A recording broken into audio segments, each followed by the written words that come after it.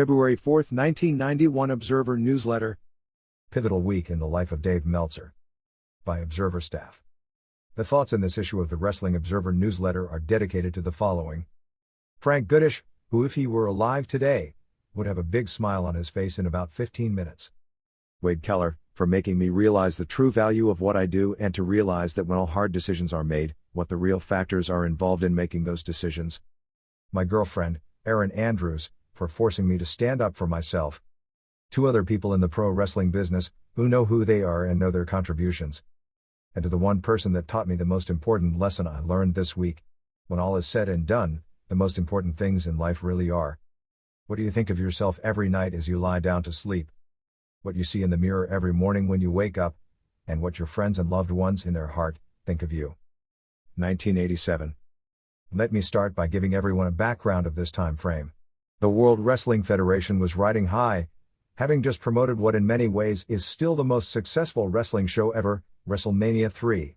A few weeks afterward, Jim Duggan and the Iron Sheik, who were feuding at the time, were arrested together by highway patrolmen in New Jersey. A small amount of cocaine was found on Sheik. Some marijuana was found on Duggan. But the kind of humorous situation where 2 wrestlers, who allegedly hated each other's guts, were not only driving together, but the implication was, doing drugs together as well, made newspapers all over the country.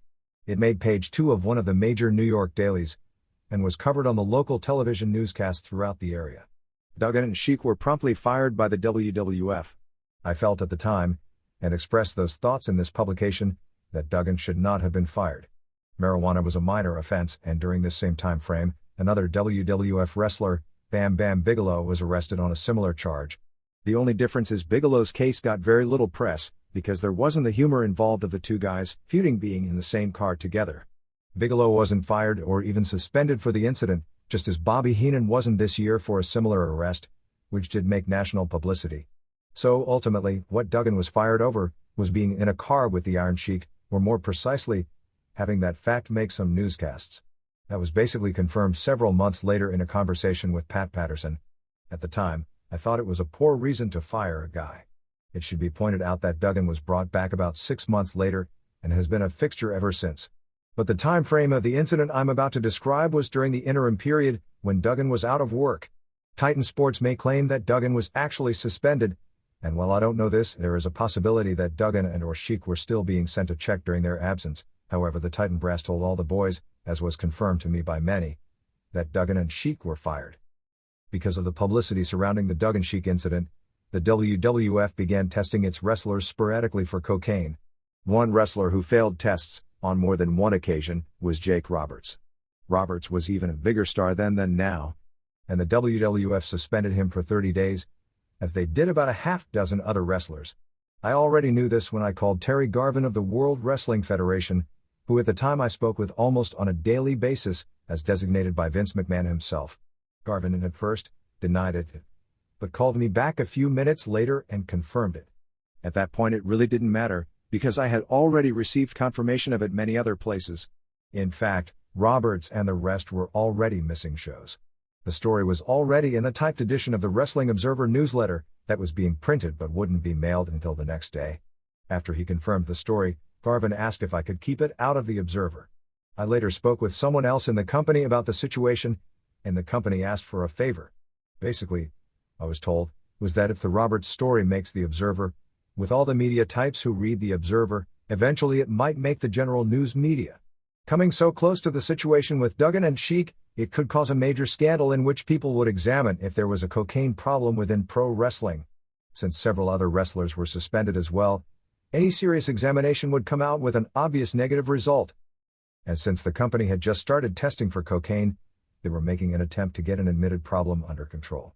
But most of all, I was told that if the mainstream media picked up that Roberts was suspended for failing a drug test, that the company would have no choice but to fire Roberts. Remember, the person who told this to me often discussed items in the Observer with me, and surely must have known my feelings about the Duggan situation. It was my weakness. Anyway, I felt that if the company informed fans at its upcoming venues that Roberts, who was a headliner, wasn't going to be there, then they were playing fair with their audience. And they were. So I went and rewrote the front page of the Observer, mentioned on the inside that Roberts and the rest were pulled from upcoming dates without giving a reason. On the front page, I changed the story that several WWF wrestlers were suspended for cocaine use to a story listing that wrestlers were suspended for failing drug tests, but eliminating the names of those suspended. It wouldn't have been hard for any reader to make the connection, but it wasn't clear enough for a mainstream reporter to pick up on the subject, since the story never broke. I was told they would pay for any additional printing costs. In my mind, I believed I was doing the right thing, because I didn't want to be the reason Jake Roberts, like Jim Duggan before him, would lose his job. I told him I didn't want any money, and I'd take care of the cost because it was simply the right thing to do in that situation. When Bruiser Brody found out, he was none too happy with my behavior. He said that my only job in this business is to tell the truth. He said that I didn't work for the World Wrestling Federation. What the general media would eventually do and what the WWF would do in case a scandal did break should not have been a factor in my decision. At the time, I thought that it was a pretty heartless attitude. An incident such as the one described above couldn't happen today. First off, there are too many newsletters. Sometimes that's bad because some are irresponsible. But there are enough good ones that it's very difficult to cover up a major story today. Was I right in 1987? It's not cut and dried. At the time I did what I thought was the right thing. But today, I realize that Bruiser Brody was correct. Whatever responsibility I have and others in a similar position have, is only to report what happens. The obligation is to the readers, not to wrestling promoters.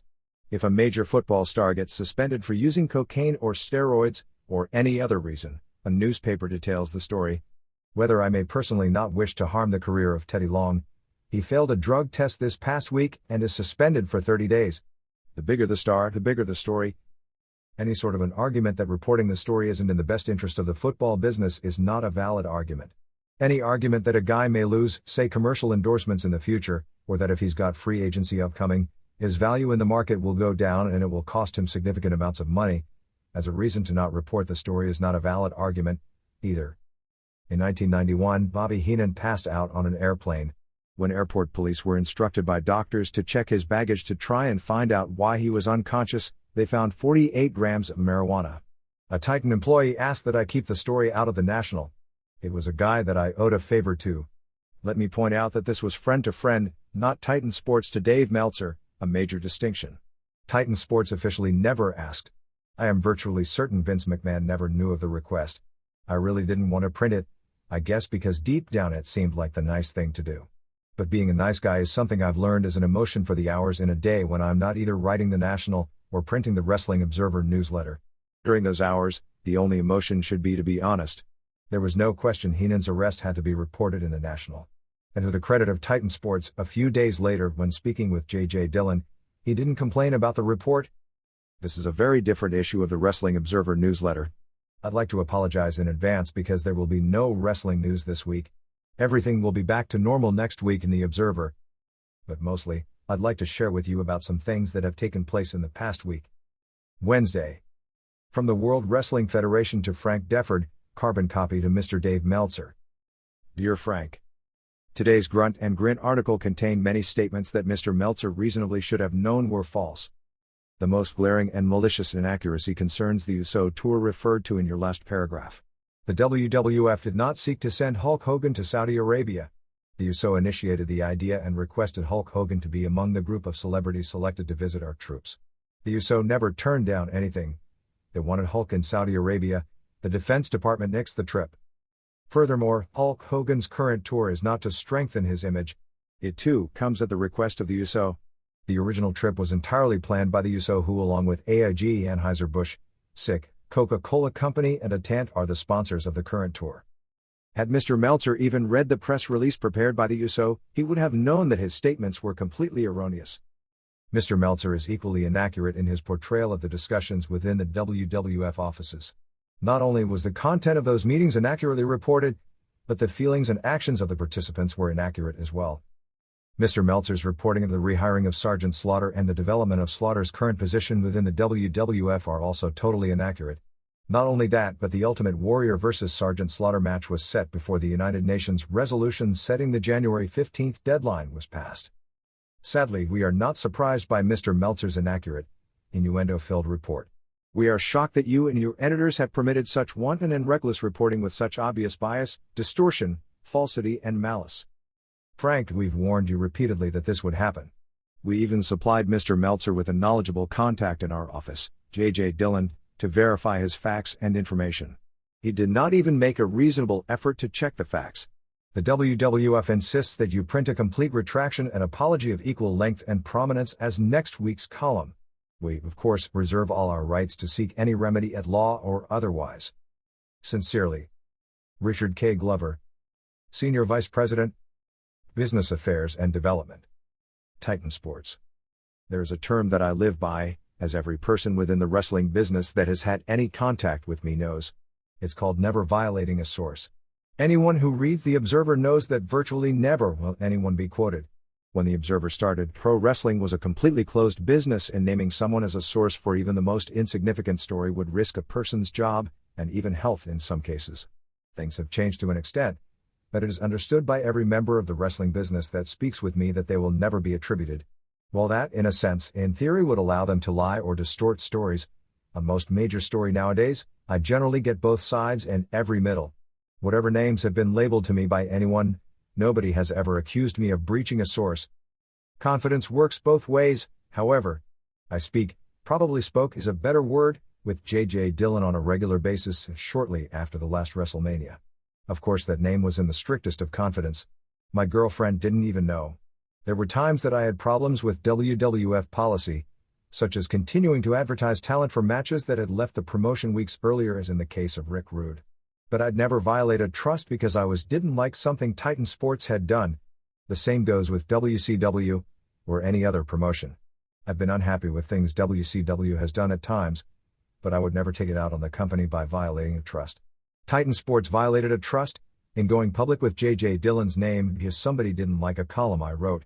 Even if you disagree with the points made in last week's national column, as a columnist, good opinion pieces are not only allowable, but, in point of fact, encouraged. While there are many times I haven't agreed with WWF policy, that never gave me an excuse to violate a journalistic trust. Because they didn't like a column I wrote, it gave them no excuse either. But let's not get sidetracked from the letter. First off, as stated in the letter, the USO didn't turn down Hulk Hogan's tour as stated in the Observer and the National. It was the Defense Department. The correction is being made here, as it will be in my next column in the National. If Hulk's tour wasn't being used to strengthen his image, how come 3 days before the letter was written, Gorilla Monsoon on the Royal Rumble broadcast was trumpeting how Hulk wanted to go to Saudi Arabia and visit the troops? How come the same Gorilla Monsoon mentioned that starting Monday Hulk would start visiting military bases to be with families of those overseas? And if this was just a miscue that wasn't supposed to have been said, how come 2 days after this letter was sent, when the WWF tried to defend itself from the comments made in the National in a story in USA Today where they publicly announced Hulk Hogan vs. Sergeant Slaughter as the main event at WrestleMania? The story once again pushed Hulk Hogan as a patriot and brought up the military bases he was visiting all week long to meet family members of those overseas. How come many weeks back, after the UN resolution was passed listing the January 15th date for Saddam Hussein to withdraw from Kuwait, I was told by someone within the World Wrestling Federation that this would be the biggest WrestleMania ever because Slaughter was going to win the title, he was going to burn the flag, and Hogan would then go to Saudi Arabia and visit the troops. At the time, there certainly was nothing wrong with Slaughter winning the title. You may disagree, but I don't think there is anything wrong with it today. Burning the flag is a very emotionally powerful way to get tremendous heat with a lot of people. I thought it wouldn't be in Titan Sports' best interest in the long run, and this was before shooting broke out. It was a feeling that I had discussed with many people in the company before the war started. But personally, I had no problem with it. I was worried it might backfire on them with the mainstream media, but I would not have made a case about the issue in the Observer unless and until that happened. I only had a small problem with Hogan going to Saudi Arabia. Yes, it's exploiting those overseas, and it is in this context because I was originally told of Hogan's trip as one of the major WrestleMania angles. But there was no shooting going on. The DiBiase Virgil angle was in worse taste. I want everyone to realize that all these things were planned well before shooting broke out. Vince McMahon didn't count on a war. Just tension. However, in the last 2 weeks before the January 15th deadline, war became an extremely likely possibility. Watch the tapes of the shows on television. If anything, things were made even stronger. Some things were toned down on January 19th to where, in-house, the WWF employees can say and at least try to believe that they toned things down. But the essence of the message sent to the marks wasn't. They did use the emotion and backdrop from the war, not only on January 19th, but repeated once again on syndication television on January 26th. They used people's very sincere emotions coming to the building as a way to set the stage for the heat they were building on Sergeant Slaughter and Hulk Hogan. Had Mr. Meltzer read the press release by the USO? How could I have read the press release when Titan Sports has never sent me a press release on anything? That's something Mr. Glover should have checked on before making his charge. As far as discussions within the WWF offices, on the days from when the war began until the Royal Rumble, I was speaking to different WWF employees several times per day. The constant theme was that most everyone was against still hammering down the Iraqi angle once the war began because of the poor taste. However, Vince McMahon and Pat Patterson were behind it and refused to budge. I'm not saying they were the only two with that feeling. I heard details of very strong discussions trying to convince McMahon to change his mind. As for feelings being portrayed inaccurately, on Friday, I had discussions with two different WWF employees who were considering quitting the company because they were against the idea. One was a short discussion, another a very long one of someone wanting advice on the subject. Yet another source said that others had similar feelings. As it turns out, in the heat of tension, people reflect and consider quitting things. But when the tension dies down, it's easy to fall back into the normal pattern. Even though I was told, up to just about the last minute, that the title change was a go, I really believed McMahon wouldn't do it once he thought about it. But it's his right, and changing the title wasn't a big deal to me. The outright exploitation of the war that went with it was more of a problem. The using people in this world in their time of need and exploiting them to create a stronger hero is the thing that personally made me outraged. But that was all covered last week. Regarding the rehiring of Sergeant Slaughter, many weeks before it was ever printed in the Wrestling Observer, I was told that Slaughter would be coming back, as a heel and starting as Brother Love's guest at SummerSlam by an employee of Titan Sports. He asked me not to write anything about it, at least until I heard it elsewhere. A short time later I was told the deal was off, because Slaughter wanted to be a face and Vince and Pat only wanted him as a heel. About a week or two later, I was told Slaughter agreed. If any of this information is incorrect, it would mean that it was a falsehood spread within the company. Since the basics of what was written above was already reported in the Observer, and as Titan Sports revealed, a Mr. J.J. Dillon was there to make sure in case of error, I corrected items in either the Observer or the National. He never brought it up, and on a regular basis myself and J.J. Dillon would go over mistakes. Yes, Ultimate Warrior vs. Sergeant Slaughter was originally booked before the UN deadline resolution passed. I never said it wasn't. My remark that Glover misinterpreted and then claimed was false was that the proximity of January 15th to January 19th was more a coincidence in regards to the hyping of the match than the original booking of the match. Please check tapes of interviews with Sergeant Slaughter and the Ultimate Warrior, particularly the last 2 weekends, and tell me the deadline wasn't part of the hype for the match. Now let's get to my credibility problem. I did not even make a reasonable effort to check the facts. This was my not even a reasonable effort. The Royal Rumble was Saturday night. By the way, and even though I made this clear last week, let me say again that I felt it was from start to finish the best WWF pay-per-view show ever. Sunday morning I spoke with 2 different WWF employees about the show. Sunday afternoon, I wrote a rough draft of Tuesday's column. I contacted one WWF employee who is a good friend of mine and read him, word for word, the column. His remark was, "It's 100% correct, but Vince is going to hate you this time." I then contacted another employee, and while not reading it word for word, basically went over it again. His remark was, "I know you are sincere in your feelings, so I'm not even going to ask you not to send it." I then sent the column, but it was still subject to last-minute corrections if need be. I specifically wanted to talk with Vince McMahon before the column actually ran. On Sunday night, I called what I was given as a home phone number for Vince McMahon. Nobody answered. No answering machine. I then phoned Howard Finkel's home phone number and got his answering machine. Since I have never once phoned Finkel up at home or at the office for that matter, he should have realized this was for no trivial matter. I told him it was very important that he called back. I wanted to discuss the column with McMahon as soon as possible. He never called back. As soon as I woke up Monday morning, I phoned J.J. Dillon's office number. Since it was Martin Luther King's birthday, he wasn't in. I don't know his home phone number. I told the secretary that it was urgent that he get back to me as soon as possible. At about 1 p.m., I called again to reiterate the message with the answering secretary. As I write this, Dillon has yet to return my phone call. If Mr. Glover, who wrote this letter, had researched what he had written as much as this reckless reporter, he certainly should have known my efforts to reach Mr. Dillon. If he had discussed this situation with Vince McMahon, as I'm sure he did, he should have known of my attempts to reach Howard Finkel as well. If Vince McMahon had good open communication with his employees, He also would have known about the other two conversations I did have with WWF employees to verify its accuracy. The phone bills, when they arrive, are available upon request. Don't worry, every phone call will be white-outed except those specifically specified here with the names of the individuals. Sadly, I am not surprised by this inaccurate, innuendo-filled letter. I am shocked that Titan Sports permits its senior vice presidents to get away with such wanton and reckless letter writing of such malicious nature. I'm writing this letter to express my extreme concern regarding Mr. Meltzer's grunt and grin column from Tuesday, January 22, 1991. Titan Sports has tolerated Mr. Meltzer's inaccurate, biased writing since the launching of your paper. However, yesterday's column has included the libeling of our outside business associates. I find this display of irresponsible journalism to be inexcusable. Please be aware that I do not speak on behalf of Titan Sports, but as far as the World Bodybuilding Federation, WBF, is concerned, I must again say that I am deeply concerned. If this is the type of coverage that WBF can also expect, I must withdraw from participating in your article. As a former purchaser of your paper, I am sorry to see a publication with such potential allow this type of reporting. Cordially, Jonathan W. Flora, Manager of Corporate Marketing, World Bodybuilding Federation. Dear Mr. Flora, let me clear up what constitutes libel. 1. Reckless disregard for the truth. In other words, one knows the truth, then with that knowledge, lies in print. If I did that even once, I would be committing professional suicide. 2. Statements provably false. Mr. Flora, call J.J. Dillon. Ask him if, whenever he corrected me on a mistake, in the next Observer or the National, whatever the case may be, it wasn't clarified. 3. Malice. That column was not written to hurt Titan Sports. If I wanted to hurt Titan Sports, I would do a column interviewing an acquaintance of mine who sells steroids and gets specific volumes of purchase for some of his clients.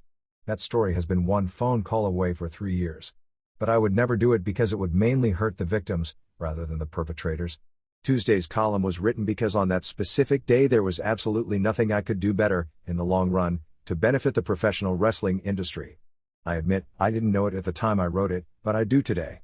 I would, however, be interested to have an impartial third party with knowledge of both the pro wrestling and bodybuilding world to compare the quality of responsible journalism between my column in the National or the contents of the weekly Wrestling Observer newsletter and the magazine Bodybuilding Lifestyles. Even so, I truly hope for bodybuilding fans, like myself, that the WBF receives the same coverage in the National as the WWF. Honest reporting by one of the most qualified people capable of doing the job, but unwilling to do a job. I just want to write and let you know that I thought your national column on the WWF was the best wrestling column I've seen. I'm just glad that nobody at the National is censoring your column. The WWF has it coming. Jim Thompson. Detroit News. With all the heat stemming from Titan Sports this morning, immediately I thought it would be a politically wise move to not mail out last week's Observer. After all, the lead story was a humorous piece with some jokes in reference to Vince McMahon. There was a very stinging editorial that was very anti-Vince McMahon and Hulk Hogan personally. There was even a reference to McMahon in the Dusty Rhodes first week as Booker parody. The piece was written before the Royal Rumble, I might add. But I was proud of the issue. The last time I did a comedy piece, it was on Ric Flair, the same Ric Flair that Jesse Ventura referred to as your hero Ric Flair. That Observer had digs at nearly everyone in WCW, even at newsletter writers, myself, the National and Brad Muster. Politically, the timing of this issue could have been trouble, but it was my favorite issue of the year. I went to the WCW show at the San Francisco Civic Auditorium tonight. Wrestling can be a good release from a tension-filled day. The last two matches, Ric Flair vs. Sting and Barry Windham and Arnold Anderson vs. Doom, were pretty good, although the latter only lasted 4:43. The Flair-Sting match was a lot better than their title change match in the Meadowlands, or even the title change in Baltimore, but not as good as their August match in the Meadowlands. It was also advertised on television and in the program as a tag team title street fight match. Everyone wore their wrestling trunks and it was a non-title match, won by the Horsemen. Unlike in New York, this time it was made specifically clear by the ring announcer that it was a non-title match. The crowd didn't seem as upset about it as in New York. But a lot of people were upset with the show, and with good reason. WCW charged $25, $17 and $10 for tickets and had 8 no-shows. As originally reported here, and then denied to me by several in WCW, in this case more due to a lack of communication as anything else, than corrected here last week, but ultimately the original story was true. To save on transportation costs, they decided to leave the undercard guys at home and replace them with locals. Instead of Tom Zenk vs. Bobby Eaton, Terry Taylor vs. Michael Wall Street, Brad Armstrong vs. Moondog, and Tim Horner vs. Bill Irwin, we got Jim Gorman vs. Matt Moon, Big Mike Huff vs. Earthquake Ferris, Bill Superfoot Monroe vs. Johnny Sawyer, and Paul Brown vs. Mad Dog Buzz Sawyer, who got the best crowd pop of the entire card. The replacement matches were all pretty bad, although Buzz Sawyer did a few outstanding things in Johnny Sawyer, a Buzz trainee, big guy, 280-ish who showed legit potential, and Superfoot was unintentionally hilarious because of Superfoot doing a martial arts gimmick and throwing such slow and weak kicks. He even once fell down trying to throw a kick. Steiners beat Freebirds in a match with good comedy and only a little wrestling. Luger beat Vicious via countout in a -1-star match. Nothing happened for 12 minutes. Flair Pin Sting in 22:38 with his feet on the ropes. Crowd was roughly 2,200 and the gate was about $38,000. The same crew was in Los Angeles at the Forum the night before and drew about 2,800 paid and $43,000. No return date was announced for either city. My gut feeling is, because of the 8 no-shows, the crowds and gates will be a lot smaller next time. Thursday. To Titan Sports. I reached Dave Meltzer after we spoke yesterday. He stands by every word of his story except the last paragraph, relating to the USO. As I assured you before I spoke with Dave, it is our policy to correct errors, and Dave will print a full correction in his next column. While Dave much regrets the error, it is worth noting a couple of points. First of all, he never got any USO press release. Second, much of Dave's misinterpretation was caused by remarks made by Gorilla Monsoon on the air the other day. Dave took references to "they won't let Hulk go" to mean the USO, while, in fact, it was the Defense Department. As incorrect as this one item was, this hardly seems like an error of massive proportions. The WWF wanted Hogan to go to Saudi Arabia, and an agency of the government wouldn't allow it. The substance of Meltzer's reporting is correct. Nevertheless, as you have suggested, he dutifully called Mr. Dillon twice on Monday to check these facts. Mr. Dillon has yet to return these calls. The rest of the column concerns 1. The circumstances regarding Sergeant Slaughter's return to the WWF. 2. A report that there was a disagreement within the WWF about the portrayal of the Slaughter character vis-a-vis Iraq. 3. Meltzer's own opinion of the matter. The last point needs no discussion here.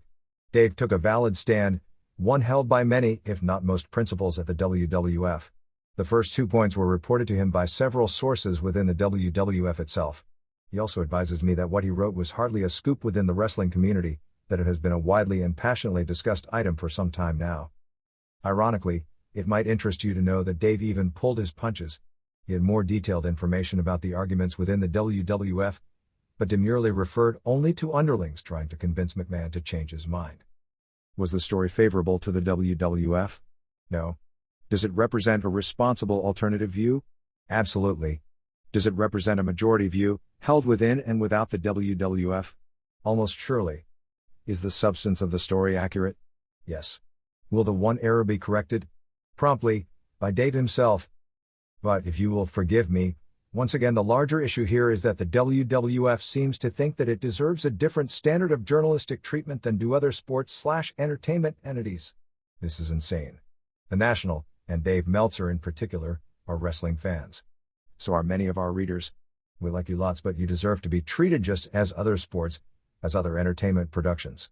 Newspapers cover teams, TV shows and theatrical productions, and wrestling should be handled no differently.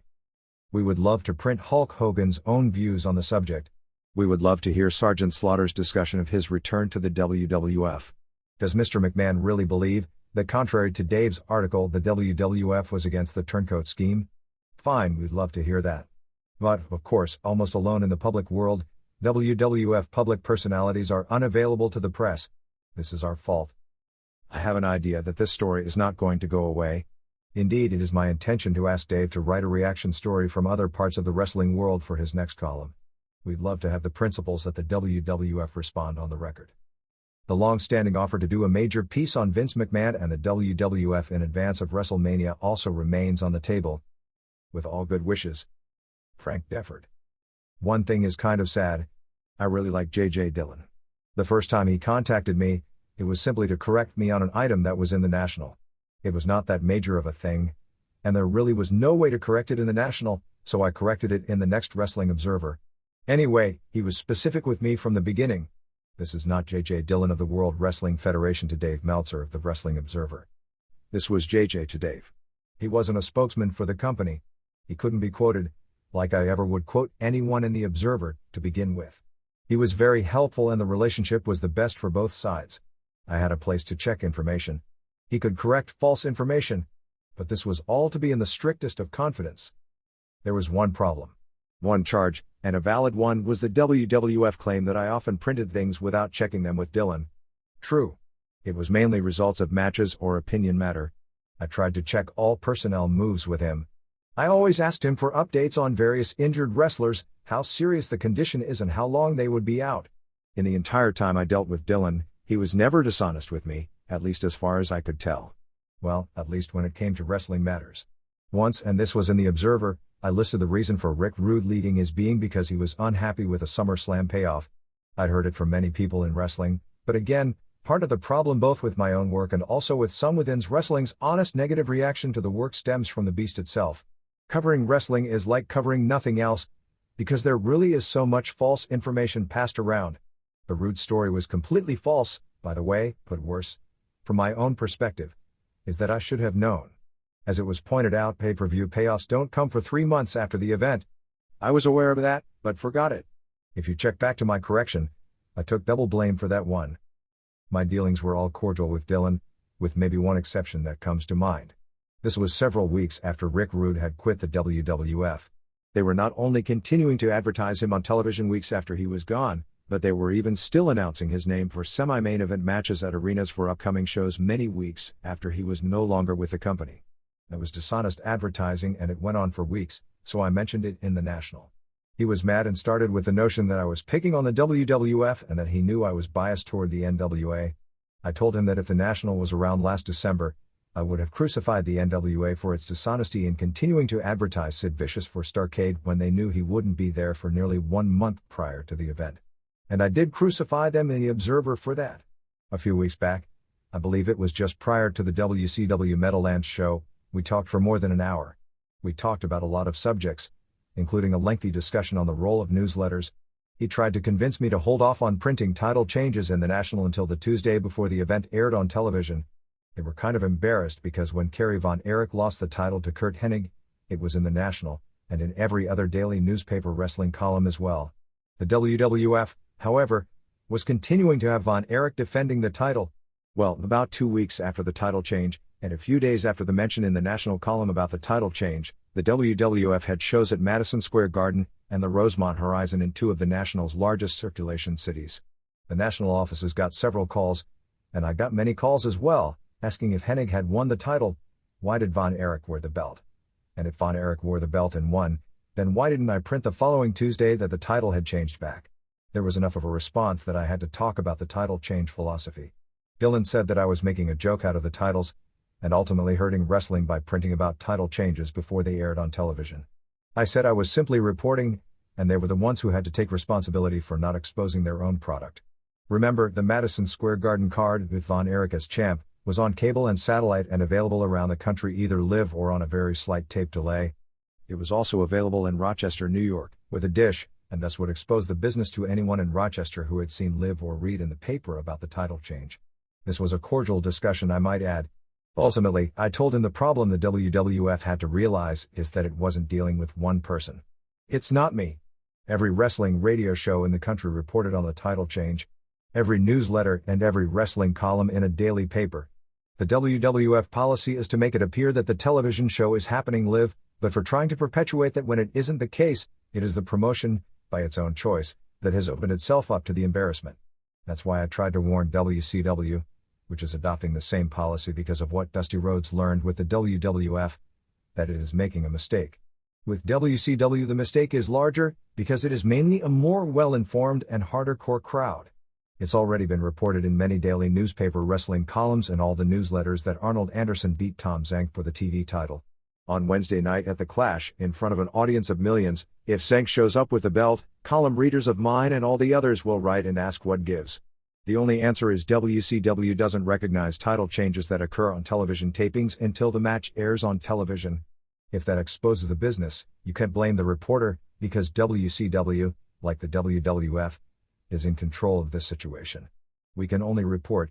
And I told Dylan, and I meant it completely, that it genuinely pained me to have to write about the Von Erich Hennig situation in November, just as it will pain me next week to have to write about the Zenk Anderson situation if Zenk is announced as champ on Wednesday's Clash. Anyway, Dylan understood, or at least he said he did, that I really loved the wrestling business and didn't want to embarrass the WWF with Hennig Von Erich's situation. But I could only report on the news, which in this case, they were in complete control of. But when you know what hit the fan this week, the WWF violated our trust, a two-way trust at that. But in reality, there was no trust to begin with, because he misrepresented himself from the start. It was not J.J. Dillon, representing Titan Sports, it was just J.J. Dillon. But as Glover's letter said, we even supplied Mr. Meltzer with a knowledgeable contact in our office, J.J. Dillon. Either Dillon lied about my attempts to contact him on Monday, the earliest possible time I could, which admittedly, was after the article was sent but well before time I could submit last-minute edits on it.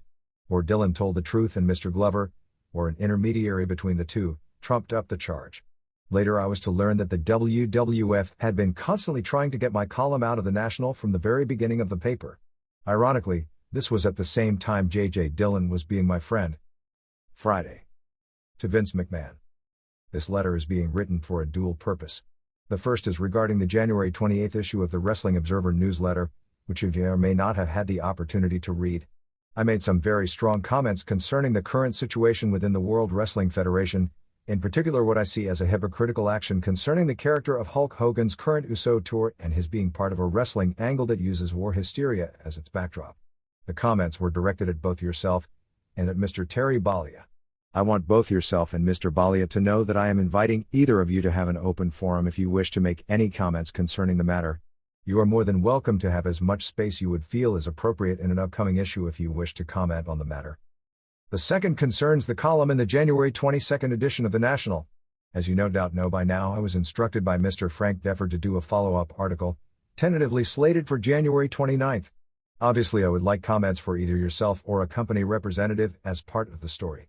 Because of the nature of deadlines, it would be most helpful for this discussion to take place today, but please feel free for yourself or a representative of yourself to contact me at any time.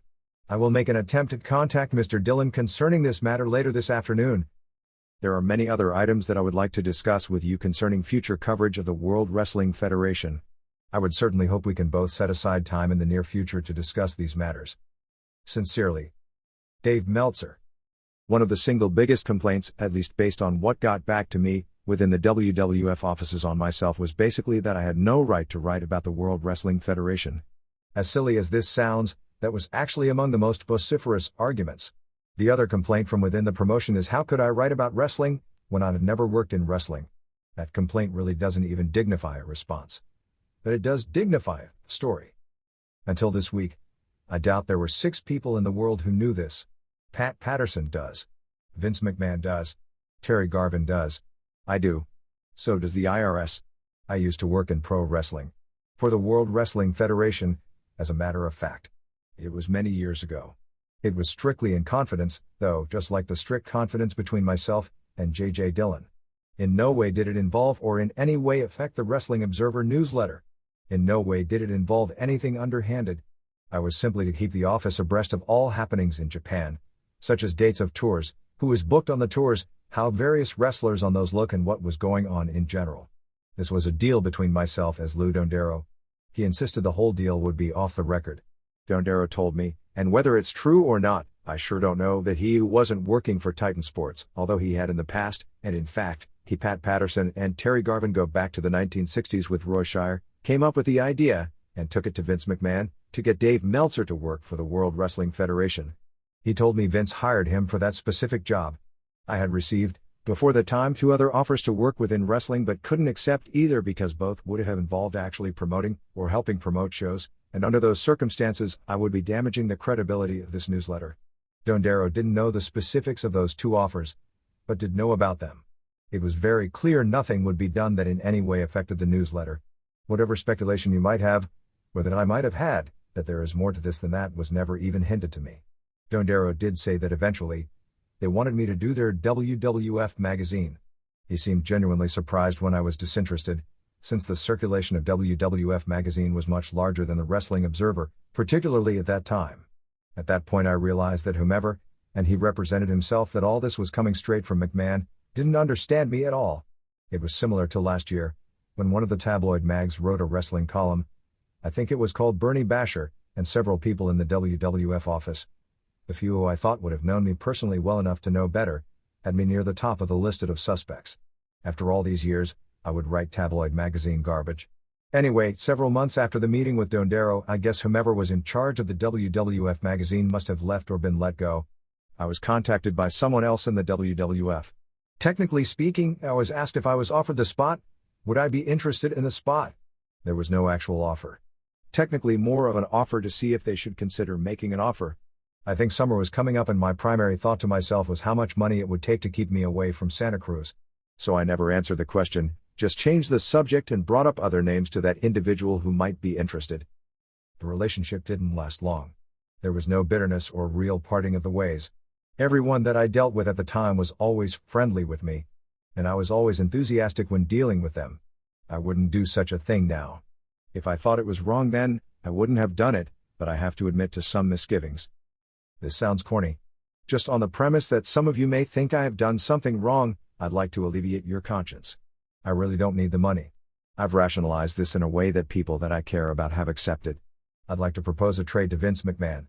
I helped your company with Japan information several years ago. In exchange, in 1991, you provide me with an on-the-record interview, not for the National, but for the Wrestling Observer newsletter. I'll send a check back for the total amount I received while working for Titan Sports. There are two stipulations. One is the readers of the Observer have to verify, with a ballot after the interview is printed, by a 50% or better margin, that they believe the answers are completely honest. If the readers fail to vote 50% or better, but I believe the interview is honest, I'll also send the check back. Based on actions this past week, it seems you may need the money worse than I do. But I think we would all feel better in the morning if you did the interview, I wrote the check, and you forwarded it to the charity of your choice. The second is, it has to be by May 1st. Thursday night, I started calling various people within the pro wrestling community for comments. Many were far more vehement than I was concerning the war exploitation in the Royal Rumble and leading to WrestleMania. While I haven't spoken with one person from within pro wrestling, and this includes several World Wrestling Federation employees who didn't think the scenario was in poor taste, some felt that it was within the bounds of allowable poor taste in pro wrestling. But there was a lot of discussion. Anyway, I had my theme for the story, and that is, just what constitutes allowable poor taste in regards to wrestling and using the current situation as a backdrop for that discussion. Many angles would be brought up, and to bend over backwards to be fair, every other angle in the story was going to involve a promotion other than the World Wrestling Federation. While the subject has been discussed in these pages many times, there has never been a discussion of it within the mainstream media. We'll use this current angle as just an example, but maybe we should examine racial and xenophobic angles as well. Just because something has been done in the past, even many times, doesn't make it right. Just because something has never been done in wrestling doesn't make it wrong. I guess, ultimately in most cases, the public should decide. That's the true litmus test of an angle. But are there exceptions? But even if it makes money, is the exploitation of a death going too far? Is the exploitation of racism or xenophobia going too far? Just because it has been done in the past doesn't make it right. As Bruce Mitchell has said and written, maybe it's time the entire pro wrestling business grows up. I spoke with one representative of the WWF on Tuesday and with Jim Hurt on Thursday and brought up this scenario to both. What if we were to link Missy Hyatt with a top babyface, let's say Lex Luger for example? Spend time building the angle and the alliance of a beauty and beast. Anyway, let's say, to build up a pay-per-view match with a hotshot angle since Ric Flair versus Luger has been done so many times, you have Ric Flair forcibly rape Missy Hyatt. No, obviously you don't really do it. You just say that it happened. It happens on soap operas all the time. And if someone complains that you've gone too far, you can say, well, it could have been worse. We could have shown the attack on television. My gut feeling is Luger out to get revenge for that circumstance would be about as heated an issue as possible. It's never been done, though. As Wade Keller wrote in The Torch, while wrestling isn't real, it doesn't portray itself as fake enough to be able to pull an angle like that off. A funny thing happened on Friday. I spoke with Frank Deffert about the quotes I had received. He was impressed enough to suggest we change it from the regular wrestling column to a major story in the paper for next week. A few hours later, I was pulled from the story. The first reaction: total relief. Then reality set in. My girlfriend called me a spineless wimp for accepting it calmly. Mark Madden of the Pittsburgh paper, who is ironically doing a major story on the same subject, was outraged, telling me there was no legitimate rationale for the decision. Here's the situation. To do the story right, I would need to talk with Vince McMahon and get his side of it. There was absolutely no way Vince McMahon will talk with Dave Meltzer. He would, however, talk to the National.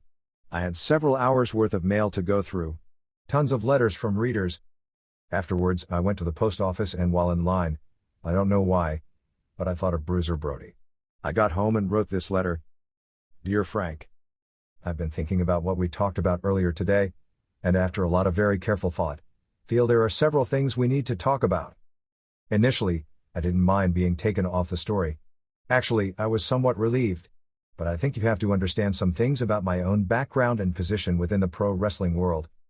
I started doing the Wrestling Observer in 1983 when there was no such thing as legitimate wrestling journalism. At the time, it wasn't either. Since that time, my example has created a major underground industry. I don't know how many wrestling newsletters there are now, but there are dozens and dozens. Some aren't very good. A few are excellent. The National column is very much incidental to me. It is something not done for money, but for a purpose. The main reasons I agreed to do the column were twofold. First, it was a challenge. Second, and most important, was to prove something. For years I had been told that pro wrestling fans can't read. The media has always insulted them. To a degree, the stereotype has fit. But as with all stereotypes, it was generally an unfair portrayal. In 1985, I wrote a book on pro wrestling. Several publishers loved it, but said that since wrestling fans can't read, it would never sell. My success of doing a mainly word-of-mouth publication that is graphically hideous, has typos, no art at all, microscopic print and writing that is good only sporadically speaks for itself. The reason is because there is a large segment of wrestling fans who want to read about wrestling in the same way baseball fans, football fans, soap opera fans and movie fans want to read about their stars. As both the Observer and the column in the National evolved, both have become more and more serious journalism. What has happened this past week should be more than enough proof of that. At the very beginning, I was completely intimidated being on the National staff. I've written for several newspapers before, including the Oakland Tribune all through college with a staff that includes several people who are now with Sports Illustrated. But this was different. This wasn't one or two hotshot writers, this was an entire newspaper of hotshot writers like Scott Ostler and yourself. It was very important to me, that as the wrestling writer, because of the very perception of wrestling itself, that my work be at least of the caliber that it belonged in the same newspaper as yourself, and Scott Ostler and the like. My impression after 1 year has been that I absolutely belong. I've always recognized the problem with space limitations because wrestling has to be kept in its proper perspective in the real sports world. This year, a local newspaper gave me an award from its editorial staff as the best sports writer in the area for my work in the Wrestling Observer. I recognize my own limitations, but within my business, there is nobody that does or can do a better job. Some can write better, but none have the business background, the contacts or the understanding of the wrestling business and mentality. Anyway, what this long-winded thing is leading up to is this. There is nobody who can do the story we are talking about, as in more qualified, understanding the entire situation and with more contacts throughout this business than myself. Personally, I would be perfectly happy having John McGrath do the story. I would rather go to the beach tomorrow. But professionally, I have a problem. I spent 8 years becoming the very best in my field. This is a unique story and it's on my turf. It would be a better story and more complete with comments from Vince McMahon. That is something I can't deliver. However, and I feel very strongly about this, Vince McMahon should not dictate to Frank Defford who covers Vince McMahon. In fact, what he wants, especially considering what has taken place over the past week, should be the least of your concerns. Whatever reason he has for not wanting to deal with me are his. Basically, I've decided to do the story. If you understand my situation, you would understand that I have no choice. Luckily, I have a venue. The Wrestling Observer newsletter. I can do it in the National if you wish. Since that was the original idea, I would much prefer to do it for the National. And I would greatly like to discuss this matter with you as soon as possible. I'd also like to have the name of the wrestling column changed from Grunt and Grin. It is demeaning to the many people who buy the paper each Tuesday specifically for that column. While pro wrestling is often humorous and tongue-in-cheek, the column has mainly been very serious. I think simply pro wrestling would be best for all concerned. It's not really that big of a deal, but I think that it's only fair. Sincerely, Dave Meltzer. Saturday. Dear Dave, I very much appreciated your letter. It was very thoughtful and even moving. Some responses and one clarification, and then we'll talk on the phone. First, I'm delighted to learn how successful you have been. That is really a wonderful success story. Next, no, you don't have to be intimidated in national company. You're a fine writer and an outstanding reporter. Whatever you're doing, don't change. You belong in the paper. I think you're being too sensitive on the title. Wrestling is fun and the playoff grunt and groan seems apt. But if you don't like it, let's get a new one. Pro wrestling, though, is too drab. How about no holds barred? Think about it while you loll on the beach. Finally, and the one note that left me uneasy. Vince McMahon is not dictating anything to us. Just as he can't stop you from writing about him, I can't stop him from not talking to you. If he won't talk to you because you are allegedly anti-McMahon, let's see if he'll talk to a totally impartial journalist who has never even heard of Vince McMahon. This is not an insider story. Getting the fresh look is common with us and others. It is the way to go here. We are not shunting you aside or denying you. Your work on the story will be credited. I think this story can possibly be a big one, with national implications, and there will be more to it after this. I would like to see you write your column next Tuesday on the Wrestling Press. The newsletters, how the various organizations deal with these periodicals, why the organizations don't want them around. I could make a good quote here. It's a good column idea. And keep one last thing in mind. Only one person on the National wanted a wrestling column. Luckily for you, that was me. But I'd never have to defend Dave Meltzer anymore. Your work and the popularity of your column have surprised a lot of people who dealt in stereotypes. Best. Frank Defford. Saturday afternoon in Cedar Rapids, Iowa, General Adnan came to the building. He was told not to come out of the dressing room. He wasn't going to be part of the show tonight. The same thing happened that night in Des Moines. Sunday. I guess I should have some wrestling news in here. Okay, here goes. Michael Wall Street walked out last Monday on WCW before a TV taping at Center Stage. Basically, he didn't like the terms of his new contract. I heard the problem was more the length of the contract. It was a short-term thing, like 6 months, rather than the dollar amount. Those in the company believe there is still a chance he'll reconsider. Alexandra York will be kept around. Probably at the Clash on Wednesday, they'll do an angle that will lead to eventually transferring her to Terry Taylor. Seems, despite popular belief, Dusty Rhodes isn't going to bury Taylor. Jumbo Tsuruta won the Triple Crown title from Stan Hansen on January 19 in Matsumoto. Famous wrestling promoter Nick Gulas passed away Monday at the age of 76 at a Nashville, Tennessee hospital. No cause of death was given. Gulas promoted wrestling from 1947 through 1980, before selling his territory, basically after losing a promotional war with Jerry Jarrett. FMW's Tag Team Tournament final on January 15 in Sendai drew a sellout crowd of 4,351 with the Gladiator, Mike Awesome, and Mr. Pogo winning the tournament, beating Atsushi Onita and Samba Asako. Bill Dundee won the Texas title in the January 25 tournament in Dallas, beating Gary Young in the finals before 406 fans. Max Andrews Syndication was unable to confirm any plans to syndicate Joe Pedicino's GWF in the future. Indeed, Jerry Jarrett was using Andrews' name in kind of a babyface administrator spot at the Friday night card at the Sportatorium. The World Bodybuilding Federation has a press conference January 30 at the Plaza Hotel in New York to announce the signing of the various bodybuilders they have under contract and probably to announce its first bodybuilding show. According to one participant, the show will be in June. Names that are expected to be at the press conference are Samir Benout, a former Mr. Olympia for Joe Weider, Aaron Baker, David Dirth, Perry DeMay, Mike Christian, who placed fourth at the past Olympia, Mike Quinn, Vince Comerford, Gary Stridham, Jim Quinn, Danny Padilla, and Tony Pearson. Sources within the bodybuilding world are saying that the WBF is claiming to have Sean Ray, third at the Olympia, and Richard Gaspari, fifth, but others are saying Weider still has them, so we'll know on Tuesday. The big rumor in bodybuilding is that Lee Haney, Mr. O the past 7 years, will make a surprise appearance and announcement he's with the WBF. If Haney and Ray are with the WBF, combined with the other names that are basically confirmed, then McMahon has basically stripped Weider of almost every key player. The March 1991 issue of Iron Man has a story that on November 28, Ben Weider, Joe's brother, talked with Ted Turner and the two came to a verbal agreement that Weider is going to take over publishing Turner's Wrestling Wrap-Up magazine and turn it into a first-rate and more impressive newsstand magazine than the current WWF magazine. If the WWF uses bodybuilders as part of its wrestling shows, to guest pose, not wrestle or be in angles, Turner will have access to Weider's bodybuilders to guest pose at wrestling shows. Even if he has access to them, why would he want to use them? There's no purpose to be gained except copying McMahon. In addition, Weider, who has many European contacts and has promoted many huge bodybuilding shows in Europe, may help get the ball rolling for WCW wrestlers to tour Europe. This is not a complete rundown of the March 21st Tokyo Dome card, but here are all the matches that involved WCW talent as made official last week. Ric Flair vs Tatsumi Fujinami for the WCW title, Sting vs Keiji Muto, Lex Luger vs Ricky Choshu, Doom vs Bam Bam Bigelow and Big Van Vader, Barry Windham and Arnold Anderson vs Masa Saito and Masa Chono, Steiners vs Hiroshi Hazi and Kensuke Sasaki, Tom Zank and Brian Pillman and Tim Horner vs Takayuki Iizuka and Shiro Koshinaka and Osamu Matsuda and El Gigante vs Black Cat.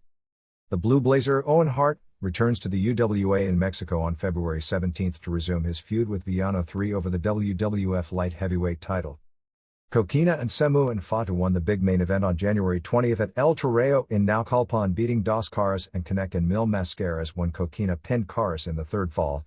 Because of that, the January 21st Canek vs Dos Caras match in Puebla for the UWA title was changed to a six-man with the Hawaiian Beasts, as Coquina, Semu, Fatu are referred to in Mexico versus Caras, and Villano 3 in Canek.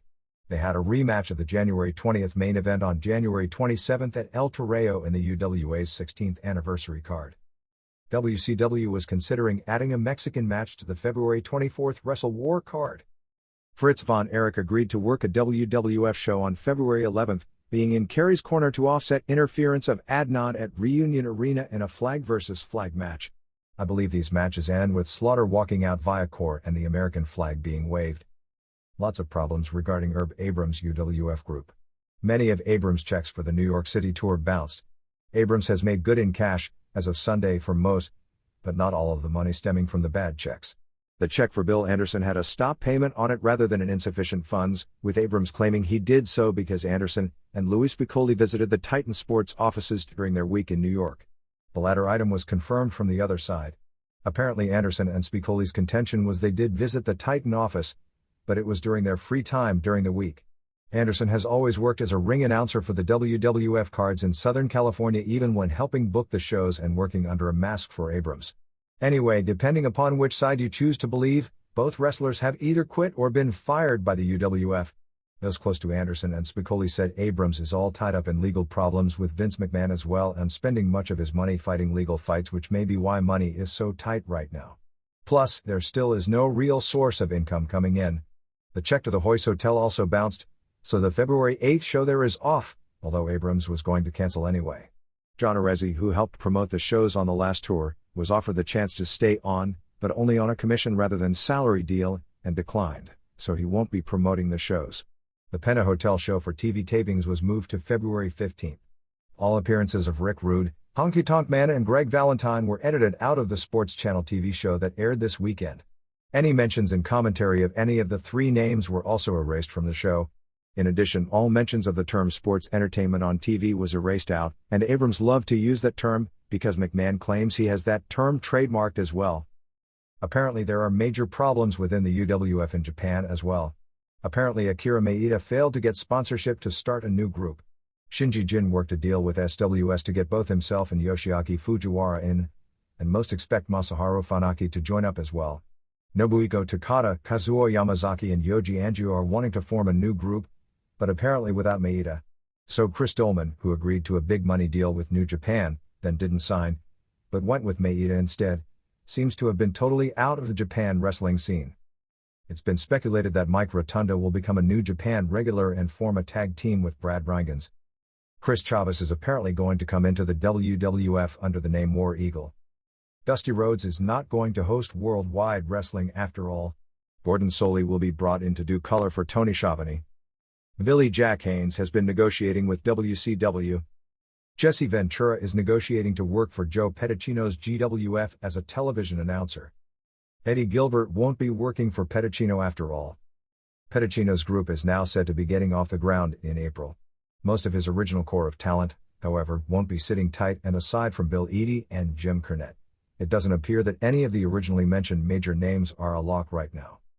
Royal Rumble appears to have done better than a 3% buy rate, which is by far the highest of any previous RR show.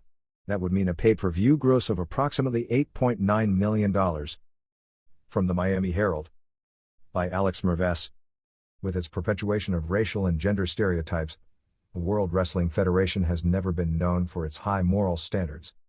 But WWF owner Vince McMahon has hit a low by attempting to correlate the group's happenings in the ring with the Persian Gulf War. The WWF is planning to make Hulk Hogan vs. Sergeant Slaughter the main event of WrestleMania 7, the WWF's annual mega-card, March 24th. The main issue won't be the WWF title which Slaughter took from the Ultimate Warrior January 19th at the Royal Rumble. McMahon is centering the issue around patriotism.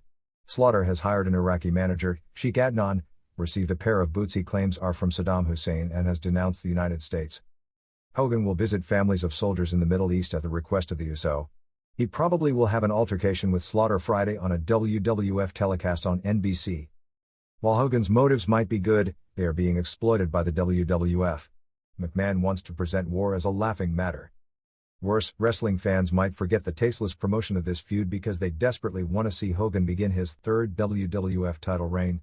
Maybe McMahon will reconsider his angle and present a WrestleMania match with more class.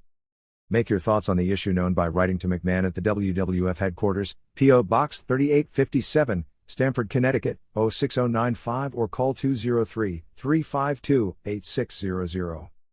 Actually, my own opinion is McMahon doesn't want to present the war as a laughing matter, just as a matter to use to build heat for his top heel. There is a message and a lesson to all of this. The lesson is very valuable, which is why I'm writing this for people like Wade Keller, Paul MacArthur, and others who will all be in this position someday. What really happened this week was this. The World Wrestling Federation attempted to exploit the Persian Gulf War to create an emotionally charged backdrop for the main angle at WrestleMania. Whether that is right or wrong is up to all of you to decide for yourself. But it is a subject worth discussing. It will be the major focus for all wrestling newsletters for several more weeks. I wrote about it because it was major news. The war itself, having nothing to do with professional wrestling, is a strong emotional issue right now. Ultimately, if the World Wrestling Federation was taken to task for and accused of exploiting the war, the WWF would have no defense for except that they have no limits to what they will do to make money. However, that defense, valid as it really may be and as honest as it may be, can't be used publicly in the real world during an emotionally high-charged time. The real world I'm speaking of are people like television station managers, advertisers, and building managers, all of whom are in a panic about tension because of the war already, having nothing to do with pro wrestling. This latter reason was the very danger expressed to me by WWF employees between January 15th and January 19th about why, for as much business as human reasons, for Vince McMahon to change the storyline. The odds of a major media backlash were small.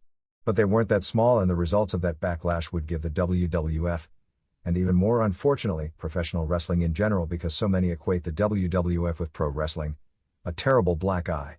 The WWF is already a very successful company. They shouldn't have needed the money that bad to risk the very reputation of the promotion for a short-term angle, when another angle could be nearly as successful and have no risks attached.